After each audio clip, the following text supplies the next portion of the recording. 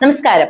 British സാമ്രാജ്യത്വത്തിന്റെ അധിനിവേശ മോഹങ്ങൾക്ക് നേരെ ഇന്ത്യയിൽ നിന്ന് ഉയർന്ന ആദ്യത്തെ ഇടിമുഴക്കം വടക്കേ ഇന്ത്യയിലായിരുന്നില്ല, മറിച്ച് തമിഴ് മണ്ണിലെ ശിവഗംഗയിൽ നിന്നായിരുന്നു അത്.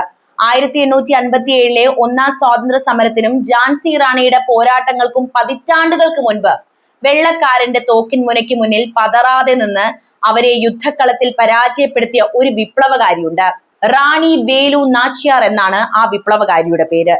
ഭർത്താവിനെ ചതിയിലൂടെ കൊലപ്പെടുത്തി തന്റെ രാജ്യം പിടിച്ചടക്കിയ ഈസ്റ്റ് ഇന്ത്യ കമ്പനിക്കെതിരെ 8 വർഷത്തെ വനവാസത്തിന് ശേഷം മടങ്ങിയെത്തി ലോക ചരിത്രത്തിലെ ആദ്യത്തെ ചാവേർ ആക്രമണത്തിലൂടെ ബ്രിട്ടീഷ് ആയുധപുരകൾ തകർത്തെറിഞ്ഞ ആ വീരനായികയുടെ കഥ ഏതൊരു ഇന്ത്യക്കാരന്റെയും രക്തം തിളപ്പിക്കുന്നതാണ്.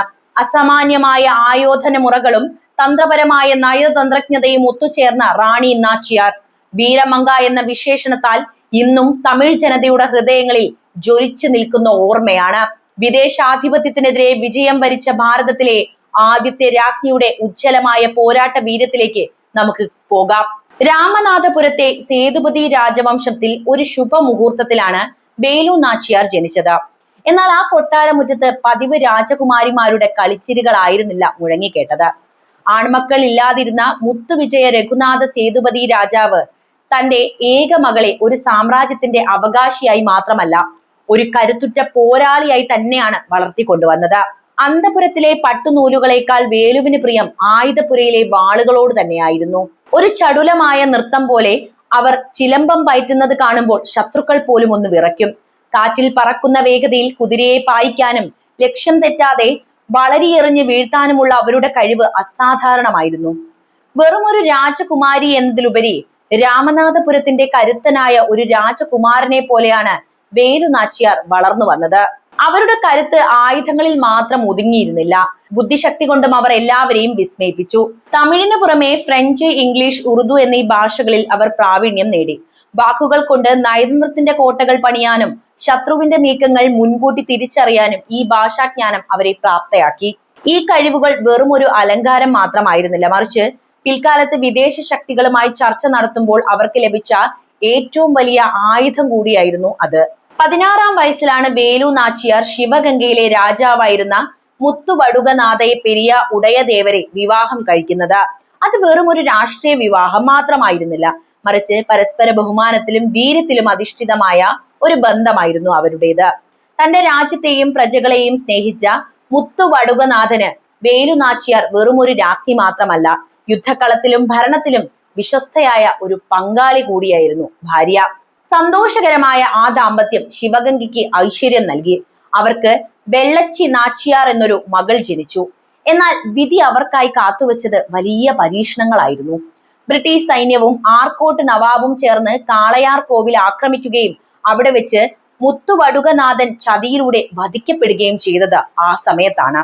ശിവഗംഗൈ രാജാവായ മുത്തുവടുകനാഥ തേവർ നിസ്സഹായനായി നിൽക്കെ യുദ്ധമര്യാദകൾ കാറ്റിൽ പറത്തിക്കൊണ്ട് ബ്രിട്ടീഷ് സൈന്യവും ആർക്കോട്ട് നവാബും ചേർന്ന് നടത്തിയ ആ ചതിപ്രയോഗം ചരിത്രത്തിലെ ഏറ്റവും ക്രൂരമായ അധ്യായമായി മാറുകയാണ്. കോവിലിനുള്ളിൽ പ്രാർത്ഥിക്കുകയായിരുന്ന രാജാവിനെ അവർ അപ്രതീക്ഷിതമായി വളഞ്ഞു വധിച്ചു. ഈ വാർത്ത ശിവഗംഗയുടെ ഹൃദയം തകർക്കുന്ന ഒന്നായിരുന്നു. തന്റെ പ്രിയതമന്റെ രക്തത്തിൽ കുതിർന്ന മൃതദേഹത്തിന് മുന്നിൽ നിൽക്കുന്ന വേലു നാച്ചിയാരുടെ ചിത്രം ഏതൊരു കഠിന ഹൃദയനെയും തകർക്കുന്നതായിരുന്നു. കണ്ണുകളിൽ പ്രിയതമനെ നഷ്ടപ്പെട്ടതിന്റെ തീരാവേദനയും എന്നാൽ ഉള്ളിൽ ആ ചതിക്ക് പകരം ചോദിക്കാനുള്ള അഗ്നിയും ഒരുപോലെ ആളിപ്പടർന്ന നിമിഷങ്ങൾ. വൈധവ്യത്തിന്റെ നിശബ്ദതയിലല്ല, മറിച്ച് പ്രതികാരത്തിന്റെ ഇടിമുഴക്കത്തിലാണ് ആ രാജ്ഞി അന്ന് സ്വയം കണ്ടെത്തിയത്. രാജ്യം ശത്രുക്കളുടെ കൈകളിലായതോടെ തന്റെ പിഞ്ചുമകളായ വെള്ളച്ചി നാച്ചിയാരെയും മാറോട് ചേർത്ത് അവർക്ക് കൊട്ടാരം വിട്ടിറങ്ങേണ്ടി വന്നു. പഴയ രാജകീയ പ്രതാപങ്ങളെല്ലാം ഒരൊറ്റ രാത്രി കൊണ്ട് ഇല്ലാതായിപ്പോയി. അർദ്ധരാത്രിയുടെ ഇരുളിൽ കാട്ടുപാതകളിലൂടെയുള്ള ആ പലായനം അതീവ ദുഷ്കരമായിരുന്നു. ഒപ്പം വിശ്വസ്തരായ ഏതാനും സൈനികർ മാത്രം. ഓരോ നിമിഷവും ശത്രു സൈന്യത്തിന്റെ കുതിരക്കുളമ്പടികൾക്ക് പിന്നിൽ കേൾക്കുന്നുണ്ടോ എന്ന് അവർ വല്ലാതെ ഭയപ്പെട്ടു. വിശപ്പും ദാഹവും അലട്ടുമ്പോഴും മകളുടെ കരച്ചിൽ അമർത്താൻ ശ്രമിക്കുമ്പോഴും വേലു നാച്ചിയാർ ഒരു കാര്യം ഉറപ്പിച്ചിരുന്നു: ഈ പലായനം ഒരു തോൽവിയല്ല, മറിച്ച് ശത്രുവിനെ തകർക്കാൻ വേണ്ടിയുള്ള ഒരു വലിയ തയ്യാറെടുപ്പിന്റെ തുടക്കം മാത്രമാണെന്ന്. അന്ന് ആ കാടുകളിൽ വെച്ച് അവർ എടുത്ത പ്രതിജ്ഞ ഭാരതത്തിന്റെ തന്നെ സ്വാതന്ത്ര്യ സമര ചരിത്രത്തിലെ ആദ്യത്തെ പോരാട്ടത്തിന്റെ കഥയാണ്.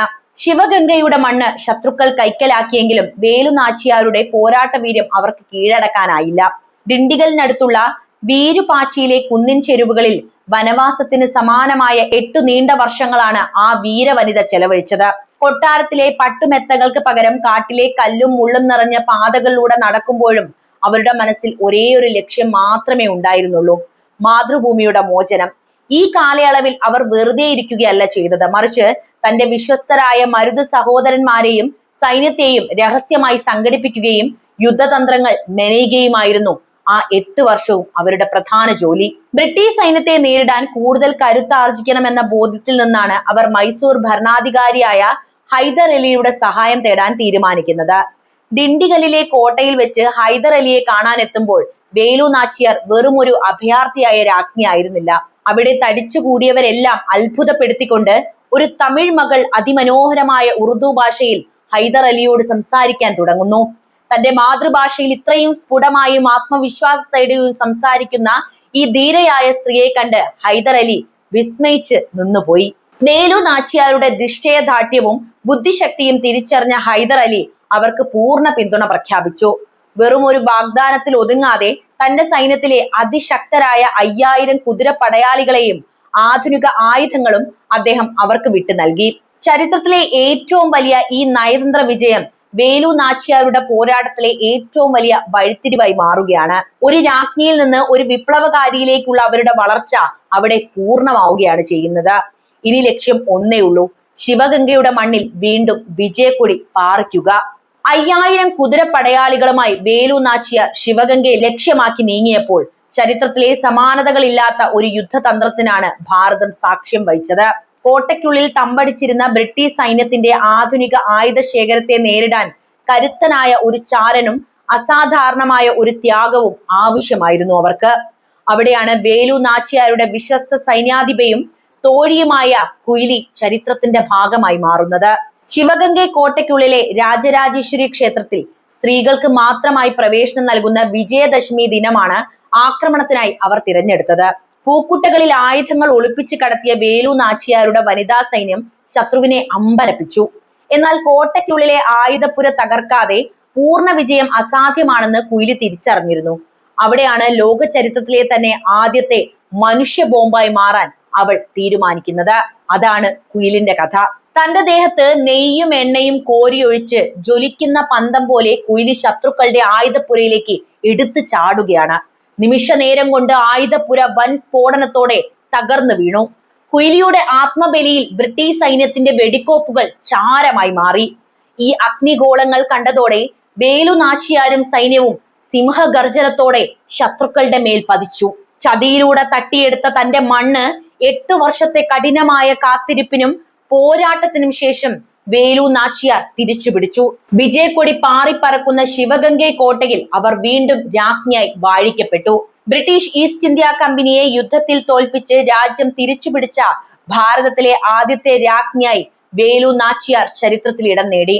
അവരുടെ ഈ പോരാട്ടം വെറും ഒരു യുദ്ധം മാത്രമായിരുന്നില്ല, മറിച്ച് വരും തലമുറകൾക്ക് പകർന്നത് വലിയൊരു ഊർജം തന്നെയാണ്. ഇതാണ് വേലു നാച്ചിയാരുടെ കഥ. ഇത് തന്നെയാണ് ലോകത്തിലെ തന്നെ ആദ്യത്തെ മനുഷ്യ ബോംബിന്റെ കഥയും. വേലു നാച്ചിയാരുടെ കഥ പലർക്കും അറിയില്ല, പ്രത്യേകിച്ച് ഇപ്പോഴത്തെ തലമുറയ്ക്ക്.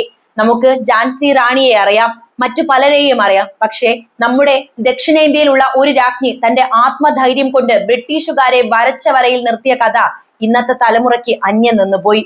അതുകൊണ്ട് തന്നെ നിങ്ങൾ ഈ കഥ കേൾക്കുന്നുണ്ടെങ്കിൽ എന്തായാലും വീഡിയോ ഒന്ന് ലൈക്ക് ചെയ്യാനും കൂടുതൽ ആളുകളിലേക്ക് ഈ കഥ എത്താൻ ഒന്ന് ഷെയർ ചെയ്യാനും പ്രത്യേകം ശ്രദ്ധിക്കുമല്ലോ.